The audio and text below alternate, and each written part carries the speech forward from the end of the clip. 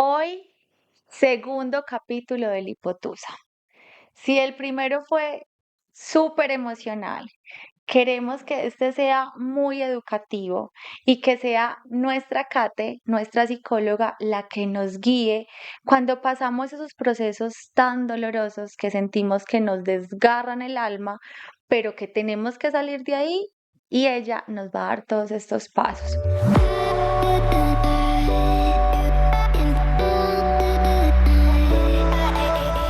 Kate, bienvenida nuevamente. Gracias, Daya, ¿cómo vamos? súper bien. Viviendo ahora el capítulo del hipotusa En carne en propia. carne propia.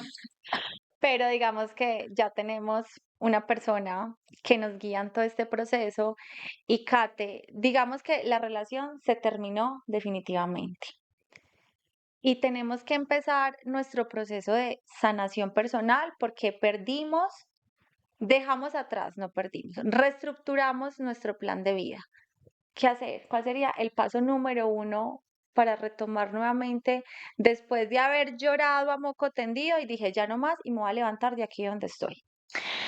Bueno, diría que uno de los primeros pasos es, digamos, reconocer y entender el por qué esa relación se acabó. Hay un sinfín de variables del por qué una relación puede terminar, pero un paso fundamental es entender el por qué y asimismo ser muy consciente siempre. Hablo desde mi experiencia personal. Yo tuve una relación en donde amaba mucho a esa persona, ¿cierto? Amaba mucho a esa persona, pero al mismo tiempo entendí que una relación no se sostiene solamente con amor.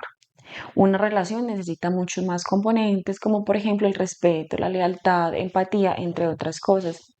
Entonces, al momento de terminar la relación, para mí fue supremamente duro, supremamente doloroso y recuerdo que a mí se me salían las lágrimas y yo le dije a esa persona, yo no te dejo porque no te ame, porque yo te amo y me duele profundamente, pero tengo que empezar este camino de amarme a mí misma, porque el estar contigo no me está dejando amarme a mí misma.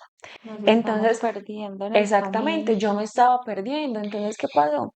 En ese mismo proceso reconocí y entendí el por qué la relación se tenía que terminar. Eso no la hace menos dolorosa o más dolorosa.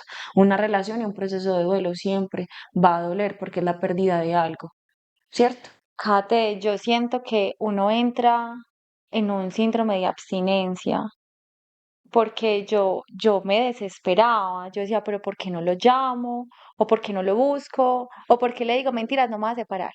Venga otra vez, porque esa sensación que uno tiene acá no se acaba, o sea, tú duermes y uno duerme y sueña con esa persona, no come porque piensa en esa persona. En el capítulo pasado hablábamos que es muy común no querer comer, no querer dormir y llorar. Bueno, muchas personas que buscan muchas maneras de subsanar este proceso. ¿Qué empezar a hacer cuando empezamos a desarrollar esas banderas rojas hacia nosotros mismos? O las diagnosticamos y sabemos que nos estamos haciendo daño. ¿Cuáles serían los planes de contingencia para no seguir tocando fondo? Bueno, muy importante, digamos, como hacerse a la idea del desapego, ¿cierto? El desapego y entender de que esa persona ya no hace parte de tu vida porque esa persona no te permite ser feliz o porque tal vez tú no le permites ser feliz a esa persona, ¿cierto? Muy importante. También muy importante hacerse responsable de la situación. A veces tendemos a estar observando el entorno, pero nos olvidamos de observarnos a nosotros mismos, ¿cierto? Muy importante. ¿Cuáles banderas rojas podemos encontrar? Hay varias estrategias de afrontamiento que nosotros como seres humanos tenemos. Hay estrategias de afrontamiento positivas y hay estrategias de afrontamiento negativas.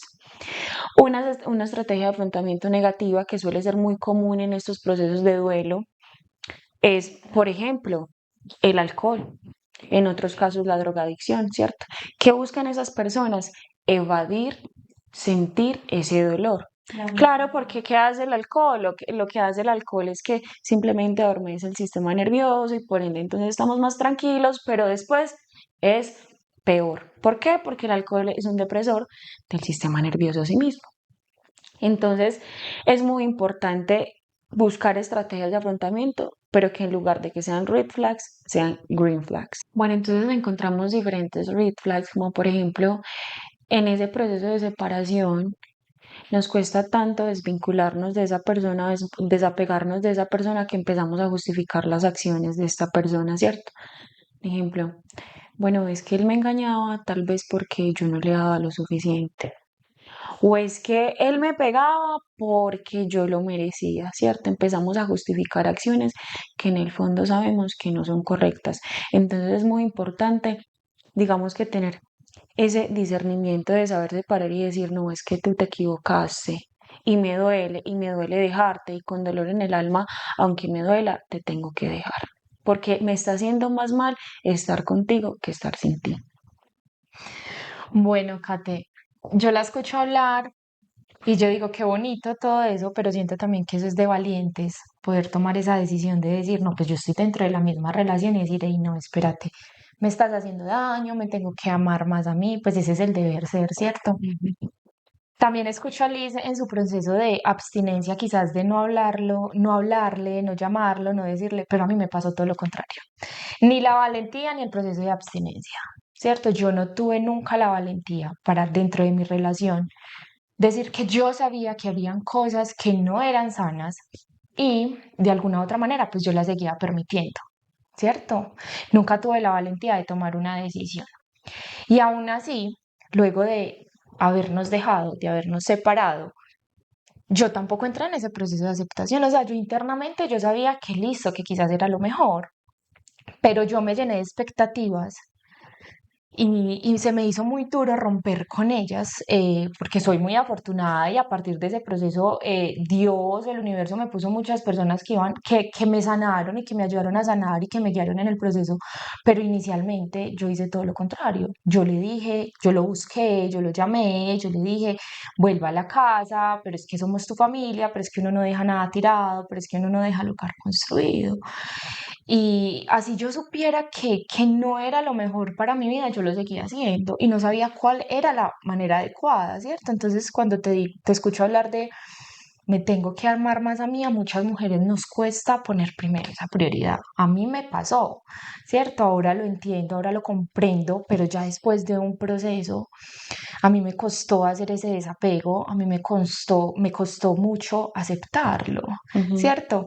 Pero dentro de ese mismo proceso quisieras que nos ayudaras, quizás a las mujeres que estamos viviendo esa etapa, ¿qué herramientas nos ayuda cuando nosotras mismas no aceptamos, cuando nosotras mismas nos cohibimos de dar ese paso, que es una ruptura, y más cuando se tiene un hogar, una familia, un hijo? ¿Qué nos puede ayudar a que cuando les queremos escribir, cuando los queremos buscar, qué nos puede ayudar a no hacerlo? Ay, Cata, ¿y sabes por qué? Porque nosotras no podemos hacer contacto cero.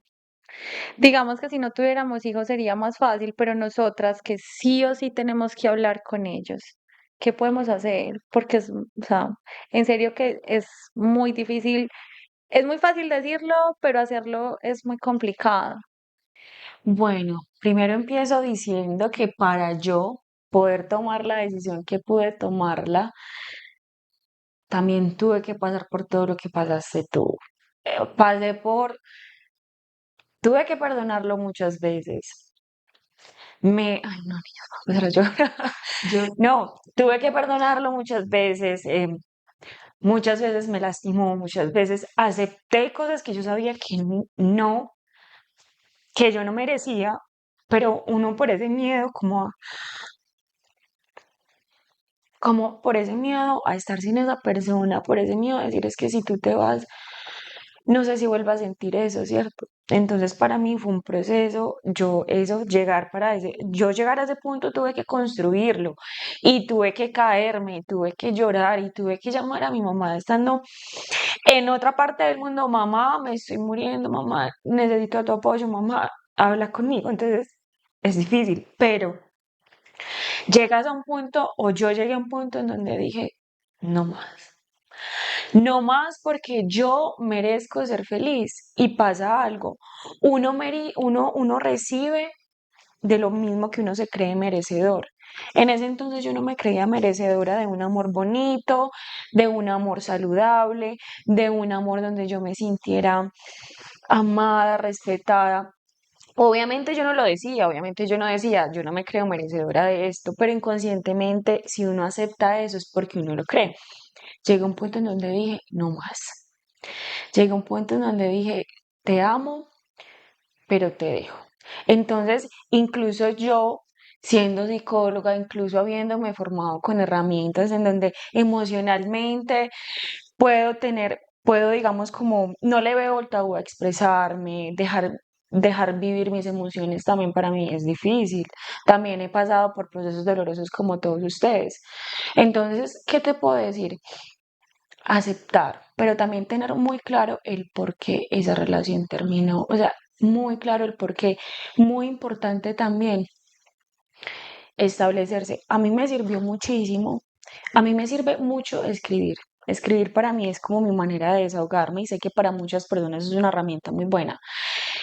Y yo empecé a escribir y a materializarlo, porque escribir para mí es una manera de materializar lo que pienso y lo que quiero. Y empecé a escribir, bueno, Caterine, ¿qué es lo que quiere Caterine y qué es lo que ya no quiere Caterine? Y así me empecé a dar cuenta que nuestros proyectos de vida, no, o sea, él iba por acá y yo iba por acá. Y dije, no más. Entonces, obviamente esto yo lo apliqué en el contexto en el que viví la relación, pero sé que es una herramienta que le puede servir a cualquier persona que está vivenciando un duelo, que un duelo es doloroso, un duelo, eh, uno presenta esto que se llama abstinencia, una abstinencia a nivel, exacto, una abstinencia a nivel emocional, porque les voy a dar un ejemplo como más en el aspecto clínico, una persona que sufre del azúcar, pero llega a un punto en donde ya no puede comer más azúcar. ¿Por qué? Porque si te comes otro dulce, te vas a enfermar, ¿cierto? Pero esa persona quiere comerse el dulce, necesita comerse el dulce y empieza a tener esos síntomas de ansiedad, pero al mismo tiempo sabe que ya no, o sea, que ya no puede comerse ese dulce o que ya no puede estar con esa persona. Claramente va a ser muy difícil porque uno tiene que reajustarse a esa nueva realidad, que es, bueno, de un ejemplo, los viernes solía ir a cine con mi pareja, ya no puedo ir a cine con mi pareja porque ya no estamos juntos. ¿Cierto? Vaya sola. Vaya sola. Muy importante también no dejar de hacer lo que nos gusta. Claramente uno cuando está en ese proceso de duelo, uno es desmotivado, uno no tiene apetito. Pero yo creo, Kate, que es necesario tocar fondo. Claro que sí. O sea, permitámonos tocar fondo. Al principio es muy difícil, es muy teso y vos no querés y a vos te da miedo caerte y hundirte. Pero cuando uno cae y se hunde, ahí es donde uno se conoce y uno dice, tengo que salir de acá. Ujú. Yo muchas veces estaba así, y yo cerraba esa puerta y yo me destrozaba.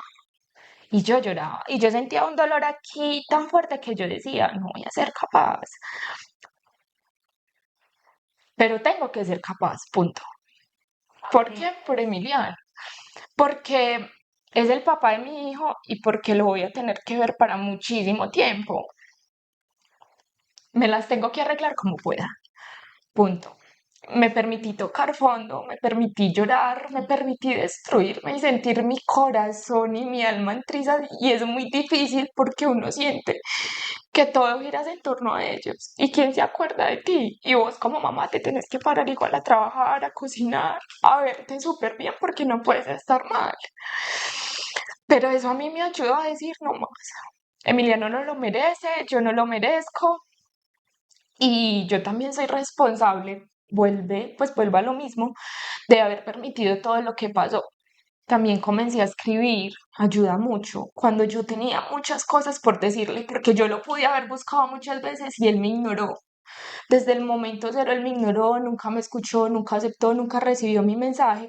Entonces empecé a escribir solo para mí, haciendo de cuenta que le estaba escribiendo a él.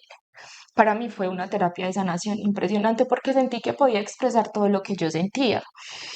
Y llegó el punto donde uno se levanta y dice, ya, cierto, ya no más, necesito salir de acá, merezco cosas mejores, merezco ser feliz, cierto, construyo mi hogar con mi hijo, soy fuerte para mí como mujer también, porque es que obviamente está Emiliano presente, pero también necesito ser mujer.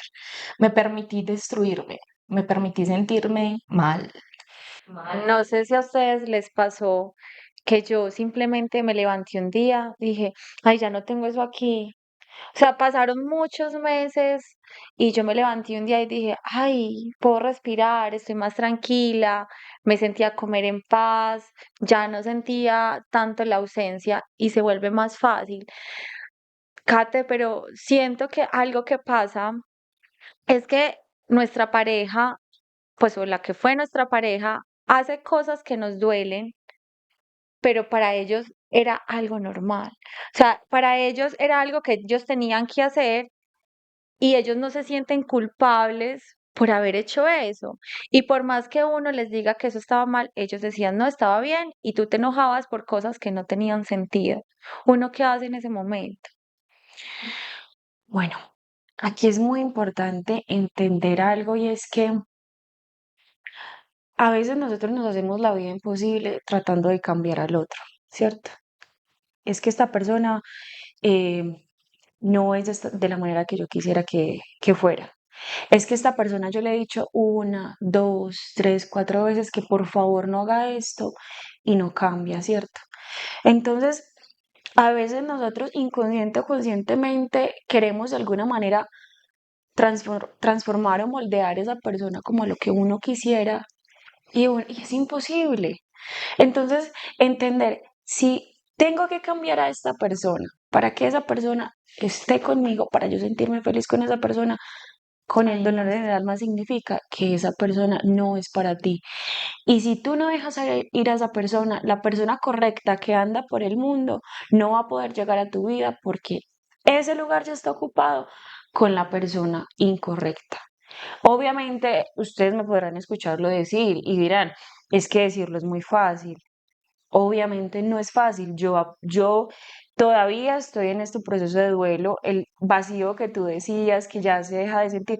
Hace poquito lo dejé de sentir y hace poquito la vida a mí me viene sonriendo, no me paran de llegar bendiciones, me siento súper feliz, conocerlas para mí también ha sido una de esas bendiciones, son maravillosas. Y decir como, listo, entendí por todas las diferencias, entendí que por el daño que él me hizo y por el daño que yo también le hice a él, que no éramos el uno para el otro, que yo paré de intentar de intentar querer cambiarlo a él y él paró de intentar querer cambiarme a mí. Duele, pero a veces es mejor dejar ir y entenderlo. Yo escuché en un podcast que la persona que hablaba decía que tú cómo vas a buscar completarte con esa persona si tú no estás completo. Y es totalmente cierto. Yo siento a manera personal que sané cuando dejé de señalar y dejé de victimizarme por haber permitido que pasara las cosas que me hicieron tomar la decisión. Cuando yo dejé de decirle a él, es que tú me hiciste sentir, sino que eso me lo devolví hacia mí, dije, tú fuiste la que dejaste que eso te siguiera haciendo daño. Ese día sentí que la culpa se liberó, porque aunque yo estuve muy enamorada y obviamente hubo muchas cosas buenas, lastimosamente las cosas malas, digamos que fueron mayores y hicieron que la relación se acabara. Kate, bueno, no sé, de pronto a mí escribir me sirvió mucho, pero ¿qué otras ayudas nos podrían sacar de esos momentos de depresión que sentimos que de ahí no nos vamos a parar? Bueno, también es muy importante contar con una red de apoyo, porque nosotros cuando estamos en ese proceso de duelo, porque estamos perdiendo a alguien, ¿cierto?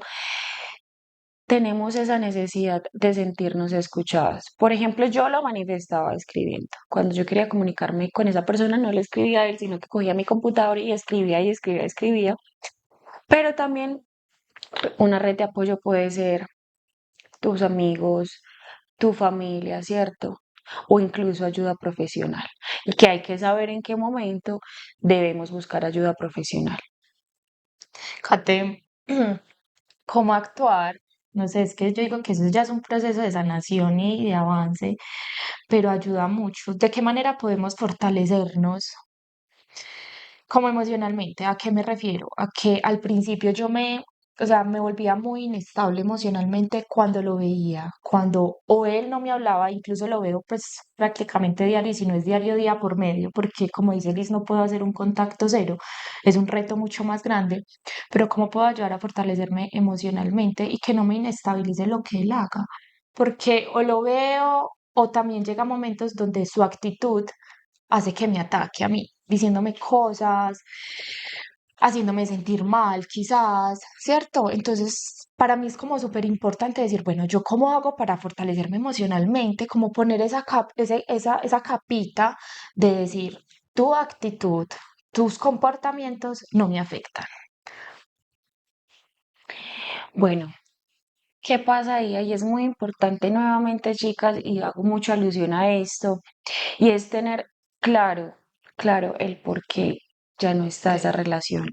Cuando tú tienes claro, y obviamente hay momentos de flaqueo, hay momentos en donde incluso me pasó a mí, o sea, yo tenía muy claro por qué quería dejar la relación, pero tenía momentos en donde quería buscarlo, donde me escribía y me Ay, templaba sí. todo, ¿cierto? Pero al mismo tiempo es tener muy presente el por qué. ¿Cuáles son las cosas que tú negocias y cuáles son las cosas que tú no negocias? ¿Cuáles son las cosas que tú aceptas? ¿Cuáles son las cosas que tú ya no aceptas? ¿Qué son las cosas que tú buscas en una pareja y cuáles son las que tú no buscas en una pareja? ¿Cómo te visualizas tú en un futuro y si esa persona hace parte de ese proceso o de ese objetivo? Entonces, cuando tú empiezas a ser un poco más, digamos, llamémoslo un poco más racional que emocional y empiezas a entender, empiezas a desglosar el por qué la relación no estaba funcionando con seguridad, aunque duela porque no va a dejar de doler de la noche a la mañana, se te va a facilitar más entender el por qué. Y que si esta persona de pronto no te hace sentir de la mejor manera, esta fue una de las razones del por qué ya no estamos juntos. Incluso ahora que lo mencionas, sí, es verdad. Yo hice la tarea de decir, bueno, estoy aquí parada con mucho dolor, lo extraño, pero ¿cómo me sentiría yo si vuelvo con él? Entonces, ¿Serías sí, feliz? no.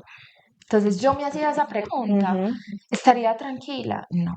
¿Confiaría? No. ujú. O sea, un montón de preguntas que la respuesta fue no. Y bueno, ¿y qué puede pasar si ya dejamos que el cambio suceda? Listo, Daya, te duele, pero vas a sanar, vas a poder estar feliz, tranquila, no vas a estar preocupada si llegó, si no llegó y dónde está. Entonces empecé a permitirme y a decirme cosas personalmente, pues a mí misma. Yo me levantaba y yo decía, me permito soltar, me permito ser una mujer feliz, me permito Ujú. sanar. Yo, Diana Mesa, hago que las cosas buenas pasen. ¿Cómo? Me hago un baño, salgo con mis amigas y me pegué mucho a Dios y entendí algo, que el día en que yo decidí soltar a una persona, Dios puso 10 personas más en mi camino que me van a ayudar a sanar. Entonces me permití recibir todas esas cosas lindas y me ayudó muchísimo. Daya, algo que yo sentí es que tú puedes sentirte muy bien unos meses y un día cualquiera sentirte fatal, pero que te permita sentirte mal y que abraces ese dolor o esa inseguridad, porque, por ejemplo, yo, digamos, llevo 6 meses súper bien y un domingo, no sé, Día de la Madre, y sentí una angustia porque no estaba con el círculo que quería estar, pero ese día abracé mi sensación y al otro día estaba bien otra vez. Entonces, permitirte sentir y todo vuelve y pasa. Además, mira que cuando yo fui a terapia, mi psicólogo me decía, tu hijo va a estar feliz si tú estás feliz.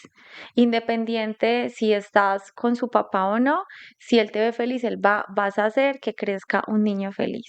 Entonces, Incluso, pues metiendo a colación lo de los hijos, decían, tu hijo no necesita una mamá casada, tu hijo necesita una mujer feliz y por ende una mamá feliz. Entonces yo también digo, sí, es verdad, puedo estar yo sola con él, pero para ser buena mamá tengo que estar muy bien como mujer. Y me dediqué y me comprometí a cuidarme como mujer para poder entregárselo todo a él.